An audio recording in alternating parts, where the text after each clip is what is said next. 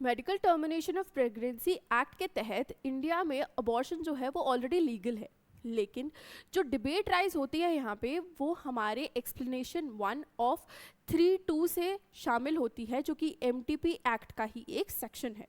तो ये जो पूरा प्रॉब्लम है वो क्या है और पंजाब और हरियाणा हाई कोर्ट में इसके चलते क्या प्रॉब्लम आई, वो आज हम लेट्स क्रैक यूपीएससी सीएससी पे कॉम्प्रिहेंसिवली समझने वाले हैं, जिसके चलते आपकी एक अंडरस्टैंडिंग डेवलप होगी कि क्यों इंडिया में एज सच लीगल है अबॉर्शन। इसके रिस्पेक्ट में एक बहुत ही इंटीग्रल एडिशन जो है वो ये है कि कॉन्ट्रासेप्शन अगर फेलियर होता है तो उसको ऑटोमेटिकली ग्राउंड मान लिया जाता है कि हाँ यहाँ पे तो मेंटल हेल्थ डिटोरिएट हो ही रही होगी, जिसके चलते अगेन अबॉर्शन जो है वो सैंक्शन कर दिया जाता है। लेकिन इस सब के चलते अगर आप देखो तो इस पर्टिकुलर कानून का, इस लॉ का काफ़ी ज़्यादा मिसयूज़ भी हो रहा है, जिसके चलते आप सारे जो भी यूपीएससी सीएससी एस्पिरेंट्स हो उनको समझने के लिए बहुत इंपॉर्टेंट हो जाता है ये जो पूरा मेजर नुआंस है with respect to the abortion laws in our country.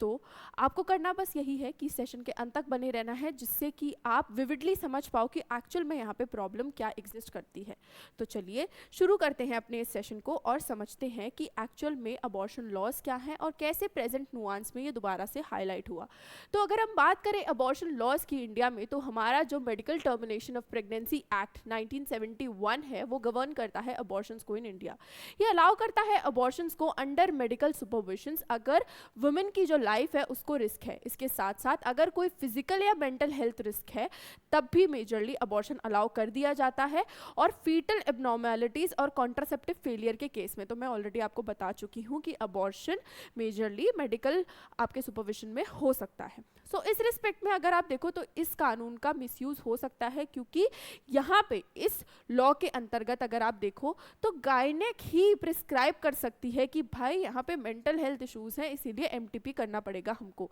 जबकि साइकियाट्रिस्ट के असेसमेंट के बिना आप कैसे बोल सकते हो कि किसी इंसान को मेंटल हेल्थ इश्यूज हैं। तो इसी के चलते जो डिबेट है वो स्पार्क हुई, क्योंकि एक पब्लिक इंटरेस्ट लिटिगेशन जो है वो फाइल की गई यहाँ पे। सो इस रिस्पेक्ट में अगर आप देखो तो सेक्शन 3(2) एक्सप्लेनेशन 1 मेजरली यहाँ पे कॉज ऑफ कंसर्न बना, क्या है उसको डिस्कस करते हैं। तो अगर प्रेगनेंसी को टर्मिनेट करना है तो सब्सटैंशियली यहाँ पे रिस्क होनी चाहिए हेल्थ को, या तो बच्चे की या तो वुमेन की या तो दोनों की, जिसमें हमको चाहिए होता है डॉक्टर का opinion for up to 20 weeks, 2 doctor का ओपिनियन अगर 20 से 24 वीक्स की प्रेगनेंसी है तो। इसी रिस्पेक्ट में जो हमारी प्रॉब्लम है वो एक्सप्लेनेशन 1 से आई, क्योंकि अगर प्रेगनेंसी कॉन्ट्रासेप्टिव फेलियर की वजह से हो रही है तो यहाँ पे मान लिया जाता है कि जो मेंटल हेल्थ है वुमेन की वो खराब है, जिसकी वजह से वो एक एंग्जाइटी, एक एंग्विश की स्टेट में है। तो यहाँ पे हम साइकियाट्रिस्ट की ज़रूरत नहीं महसूस करते हैं और डायरेक्टली गायनेकोलॉजिस्ट के प्रिस्क्रिप्शन पे ही अप्रूव कर सकते हैं एमटीपी को, विच इज़ रॉन्ग, जैसा मैंने आपको बताया, क्योंकि मेंटल हेल्थ कंसर्न को असेस करने के लिए हमको एक स्पेशलिस्ट की ज़रूरत है, which gynaec is not a psychiatrist is. So उस रिस्पेक्ट में ये जो पूरा चैलेंज है कोर्ट में वो किया गया, जिसमें कि पीआईएल में बोला गया कि गायनेकोलॉजिस्ट जो है वो क्वालिफाइड नहीं है मेंटल हेल्थ को असेस करने के लिए। तो ऑटोमेटिकली प्रिज्यूम कर लेना कि मेंटली इंजरी हुई है ये आर्बिट्री है, गलत है, जिसके चलते हो सकता है कि सेक्स सिलेक्टिव अबॉर्शन भी किया जाए कि गायनेकोलॉजिस्ट को आप थोड़ा बहुत बता दीजिए और वो जो है अपना भ्रूण हत्या को कंफर्म कर देगी, which is not correct. Hence इस पर्टिकुलर लिटिगेशन को लेकर के आया गया, क्योंकि काफ़ी सारी वेग टर्म्स जैसे कि grave injury to the mental health जैसी चीज़ें यहाँ पे इंक्लूड की गई हैं, जिनकी डेफिनेशन काफ़ी विविडली हमारे पास एग्जिस्ट नहीं करती,